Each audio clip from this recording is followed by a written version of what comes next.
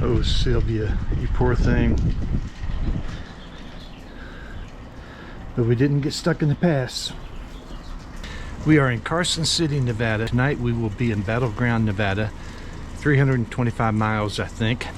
And we're lucky to be here. I was going to come I-80 through the Donner Pass and go to Sutter's Mill, Coloma, where the California Gold Rush began. But everyone was talking about this unusual spring storm. So we got out of Redding as quick as we could yesterday. Rode in the rain all day, light to moderate rain. Huge, horrible winds here in Carson City. But we made it okay. But yesterday the Donner Pass was closed, close to 2 feet of snow. You gotta have chains, 4-wheel drive, and we're not equipped for that. But anyway, it's a sunny day, 39 degrees. It should be a good ride. Let's get on the road.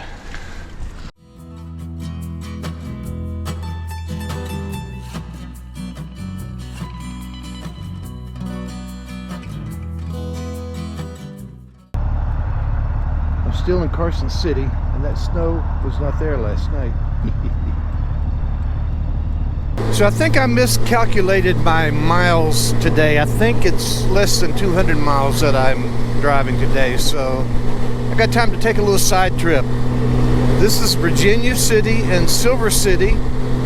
I don't have any research on them. I don't know a whole lot about them. I would imagine it's a touristy thing, but it's only 8 miles up here. And if I see something interesting, I can check it out or put it on my bucket list to come back. But it's a beautiful day, and 8 miles is no big deal, so let's go up and check it out. To be fair, I haven't done any reading on Virginia City, but this definitely feels like a tourist place, which, why not?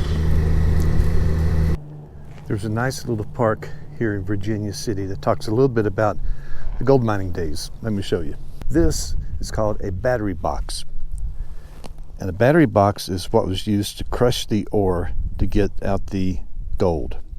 There were hammers that would go up and down, and I'll show you the thing that drove the hammers in just a moment. The ore was crushed into a fine powder, and then it went over large copper plates coated with mercury, which captured the gold and silver. I've read that many of these places are contaminated with mercury. And I like this. Union Iron Works, San Francisco, California. Oh, I thought that said patent, but that says pattern number 24. Pattern number 24. And this is a head frame camshaft. And this was used to drive the hammers in the battery box to crush the ore. That's a heck of a camshaft. And this I find very interesting. It's a flat hoisting cable because a single regular circular cable was not strong enough. And this one is 2,000 feet long, 5 inches wide, half an inch thick. So this weighed almost 10,000 pounds, 9360. And subtracting the weight of the cable and cage, you could lift 2,840 pounds of ore from 2,000 feet deep.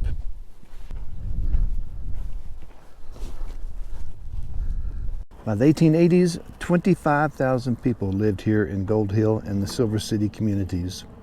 Production from 1860 through 1910 was well over $400 million gold and silver. Calculated in today's dollars, it was nearly $20 billion. Mining was difficult. They worked in 12-hour shifts, worked in temperatures up to 120 degrees due to the hot water in the mines. They earned $4 per day, which made them the highest paid miners in the world at the time. Living facilities for single miners were generally a rooming or boarding house. Here's what I find interesting. Miners would only rent the rooms for a 12-hour period, as the guy on the opposite shift would rent it for sleeping for the other 12 hours. Train track not far from here, and so that brought a lot of freight and passengers. Or you could ride the train to San Francisco in 12 to 16 hours. So a lot of stuff came from there. Specialized mining equipment that came from the East or Europe had to go around South America. So that's a head frame used for transporting men in and out of the mine and also the ore. And this head frame was donated to the county in 2011 Talk about how often a head frame would be reused and moved from one mine to another. And this sign simply talks about how the vertical shafts were often separated into different shafts. One would be for the ore, one would be for transporting the men up and down, and one would be an emergency shaft or have a system of ladders. But smaller mines, of course, did not have that. They were combined. So that's a little tour of the park here in Virginia City. No capped peaks. I'm going to miss those. Now, I don't know if this is from the era or not, but there are definitely houses, quite a few in this town, that look like that they were built where money was not a problem. That a gold fortune built it. And that one looks like one of them.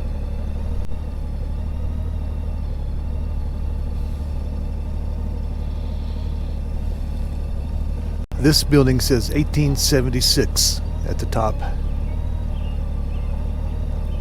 That is the museum now. That might have been a courthouse or something back in the day, but wow. Neat. There's enough here to explore. Spend half a day or so of history. Even with all the tourism stuff, there's lots of mines around here.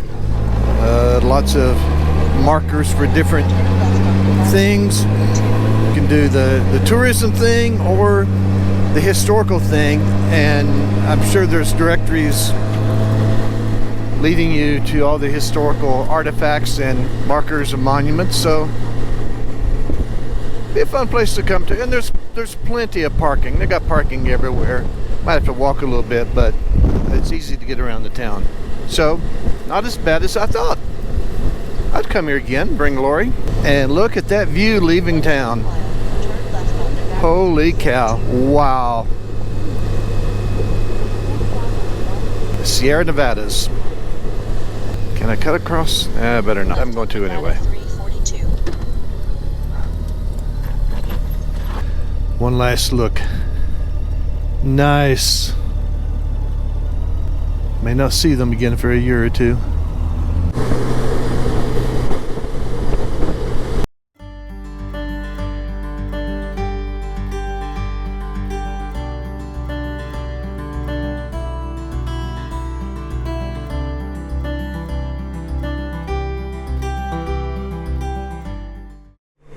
So I've had a microphone malfunction.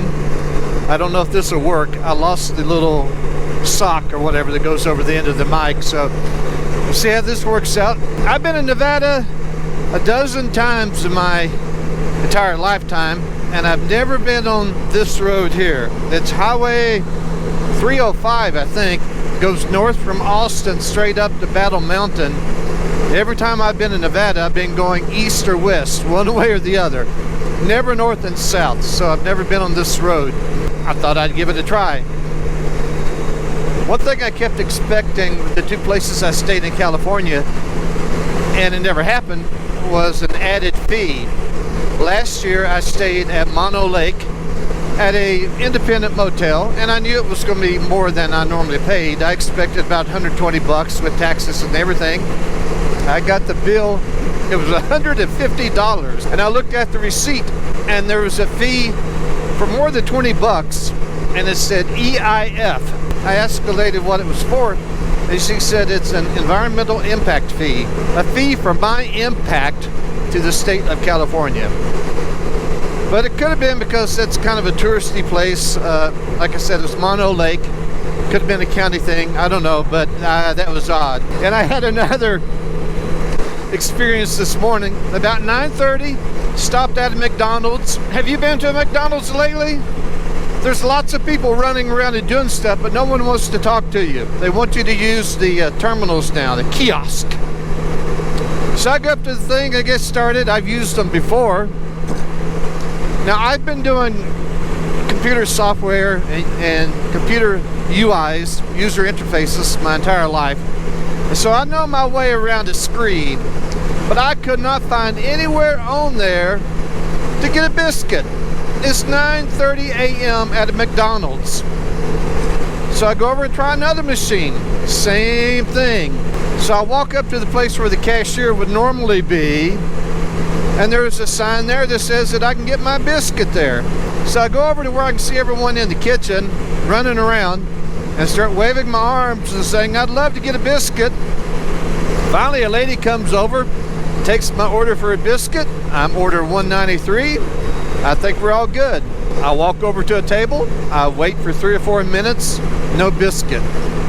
I hear a couple talking behind my back, and I hear a lady says, no, we're not serving breakfast. And I think, well, I just ordered a biscuit. I better go find out what's going on.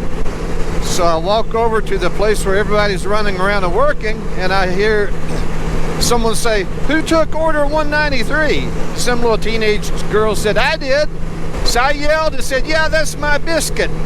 The lady said, no, you can't get a biscuit here. I said, well, I want my money back. So she took me over to the cashier where no one works anymore. They gave me $7 or something back. I ordered with a credit card and she gave me back cash. That's good. And that's another thing. $7 for a biscuit and a small soft drink. That's my first mistake, was stopping at McDonald's anyway. An old retired man like me on a fixed income, I don't need to be spending that kind of money for a biscuit. But what I want to know is, what are people ordering from McDonald's at 9:30 a.m. in the morning if you can't get a biscuit? Are people eating Big Macs at 9:30? I don't know. I should have gone back and asked her, but that's just a mystery that I'll have to live with. It may be a little too far away, but I think there's a snowstorm right over there. Definitely looks like something over that way.